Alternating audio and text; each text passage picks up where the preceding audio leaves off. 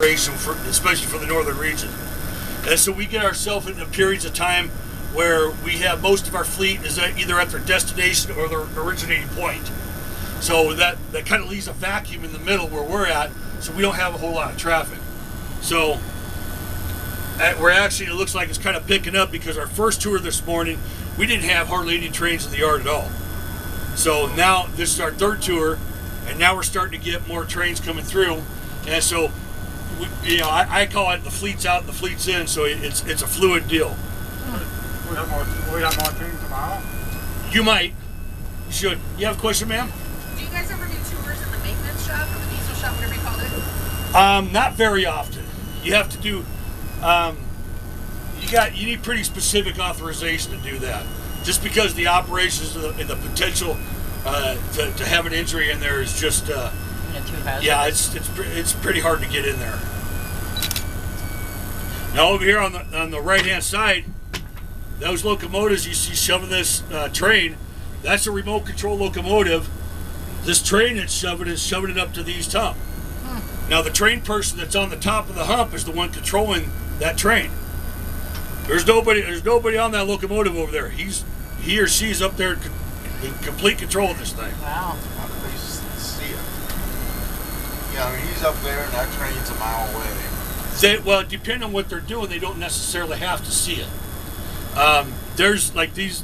If he's shoving to the hill right here, there's really nothing for him to see. If he watches the point of this movement, that first car all the way to the hill, once it gets up there, there's no reason for anybody to be back here because he's not hardly ever going to pull that way. Right. We have other areas where we do have to pull out unprotected, and those are what we call pullbacks. And they have a series of electronic pucks that are in the rail that monitor how far that train is on that pullback system. And as it's going farther and farther out or closer to the end of the pullback, it'll slow that train down almost to when it comes down to the end, it's barely moving. And then you run into what's called a stop puck, which if you reach that point, it just fully applies the brakes and won't let that locomotive go any farther in that direction. So those we don't have to protect the point either. What education is needed for an engineer? What is the education? The education needed for an engineer? It's a training program. We bring our engineers up for the trained person ranks. So if you're a new hire and you're a qualified conductor, an RCO operator, and switch person, you can place a bid in or get forced into engine service. And the training program right now is about 3 months long. So there's 3 classroom events. It's a total of 7 weeks of classroom altogether, broken up into 3 phases, and everything in between those classroom events is on-the-job training. So now, if you look up here, you probably see quite a few of these fuel trucks running around. This little facility off to the right up here is yes, sir. What are drill cars meant for? What are they for? They're hauling whatever. They could be hauling concrete, soda ash, they could be hauling anything. Yeah, the cars like that, they could have grain in them. It's hard to say. I see them out on the system, and I wonder why in the world they have such a small car. Yeah. Now this little facility here, this is where we fuel up our trucks. Fuel trucks, obviously when we got trains up here on the rack and everything, they don't need to fuel those. But our DPUs, you remember the ones in the middle and the ones on the end, it's not really practical to bring them up here and try to stop your train, that's 2 or 3 miles behind you, right on this little area right here, so they can fuel it up. Right. So we bring the fuel trucks out to them, so they'll fuel them while they're in the rail. And that's not Union Pacific. That's done by an independent company.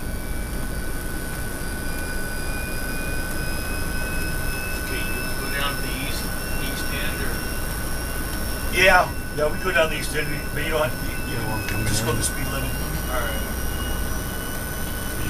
Until we get down close to the other end. There's really not much happening down there.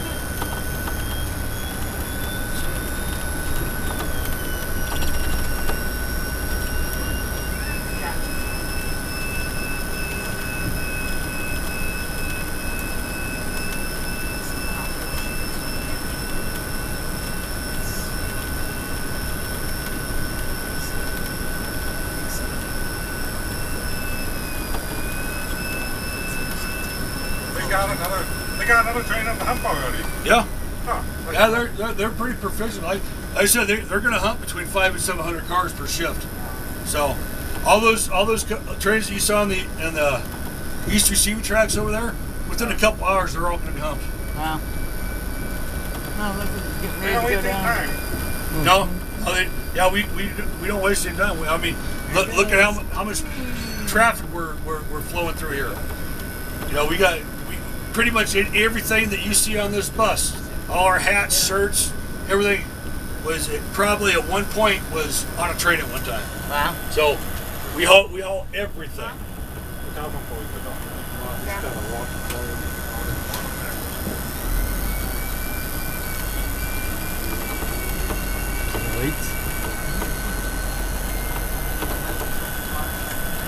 Oh yeah, I see. Is it known where the car's going before they actually get up to the house tower? Or Yes. whatever? Yes, there's a magnetic tag on the side of each car. It's called an AEI tag. And they'll go through what's called an AEI scanner. There's a bunch of them set up all over the place on the main lines. So when the last one it comes through is just before it gets into the receiving yard there, and it generates a list of what each car is.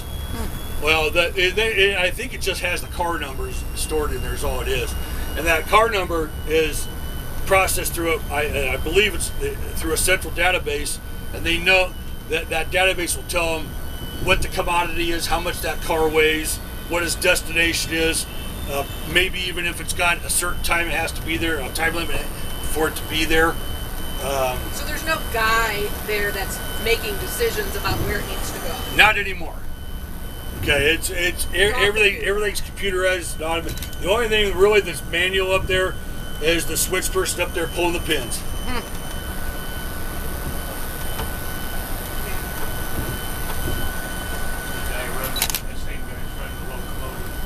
That's the same guy. Yeah, he's doing two things at once.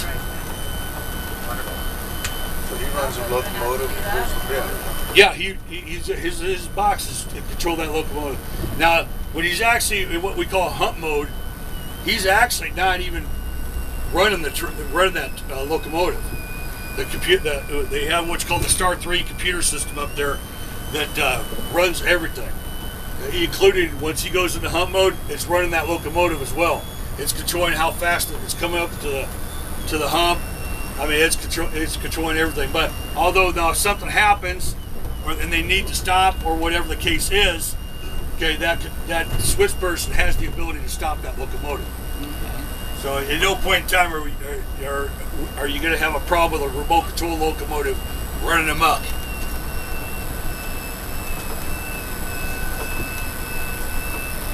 So over here, off to the right, kind of hard to see from here, but this is the other end of the bowl tracks. So you'll have switch crews over here that go back into the bowl tracks on the back end after these cars are humped, and they'll start coupling up those rails, and they'll double up one rail to another rail to another rail, and then they just pull them straight down to what we call the departure tracks on this side. And once they get down on the other end, they'll tie several handbrakes on that end to secure the train. They'll cut away from it, and they'll come back here and build another train. And then what happens to that cut of cars, that train that's sitting there, we have other switch persons here in the yard. They'll take locomotives, tack them onto the head end. Everything will get air tested, and maybe whatever needs to be done with that locomotive, maybe cleaned up or whatever. They call the next crew, and away it goes. So destinations from here at North Platte, if you're leaving here at North Platte and you're going east, trains here will either go to Missouri Valley, Iowa, Council Bluffs, Iowa, or Marysville, Kansas. Those are our three east destinations. West out of here, all your coal trains will leave North Platte and they'll go to Southborough, Nebraska. That's as far as we go. And then most of our manifest traffic that comes through here going west, all of that pretty much goes to Cheyenne, Wyoming. So that's our operating limits right there, is that big area, pretty much the entire state of Nebraska.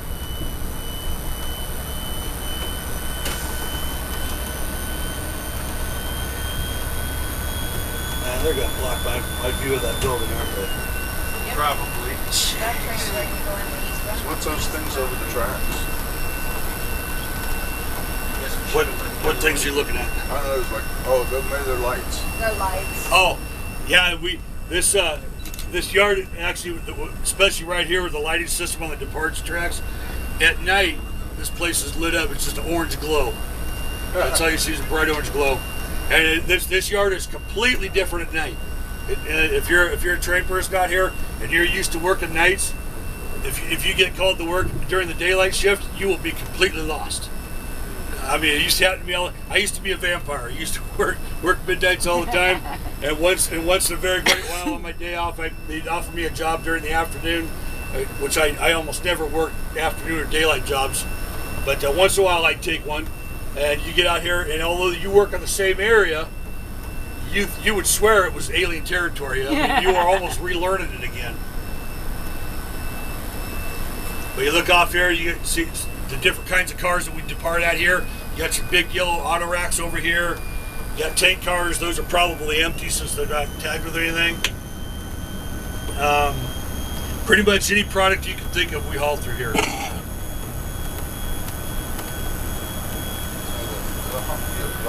look like SD40s. Yeah, the switch locomotives, most of them are.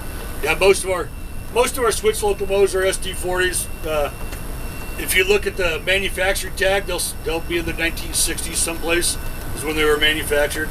I mean, our switch engines out here are quite old, but they still work. So, Let's say why they use such old ones. so the railroad industry is constantly evolving. In 2003, when the first remote control locomotives came in and we started running remote control, we had a lot of people that were really skeptical that would ever work and is it possible to do and everything like that. And it worked just fine.